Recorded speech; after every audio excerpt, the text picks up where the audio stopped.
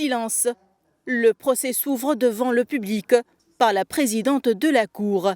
À ses côtés se tient la procureure, membre de l'Association des femmes démocrates. Sur le banc des accusés, la cyberviolence qui touche 60% des femmes en Tunisie. Le tribunal fictif d'aujourd'hui traite des affaires judiciaires qui sont véridiques et qui ont eu des peines, dures peines, des années de prison. Et le traitement de ces violences cybernétiques ne relève pas seulement de la loi et de la répression de la loi, mais on pourra les traiter autrement. Et c'est un travail qui sera fait entre l'État et la société civile.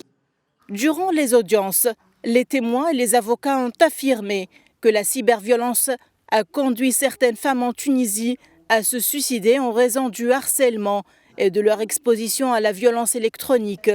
Le juge, lors de ce procès fictif, a appelé les autorités et le Parlement à se concentrer sur ce phénomène dangereux qui nécessite une intervention rapide. Vu la campagne internationale de 16 jours contre les violences à l'égard des femmes, nous voulons dénoncer toute forme de violence à l'égard des femmes dans l'espace cybernétique. Cet espace-là, en fait, englobe justement des violences de tout type, violences morales, violences verbales, violences sexuelles, et nous n'avons pas malheureusement les outils nécessaires parfois à protéger ces femmes.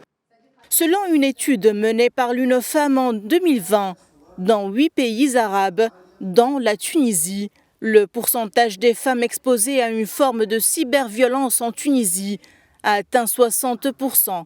Le pourcentage du harcèlement sexuel en ligne était de 31% et le harcèlement criminel de 24%.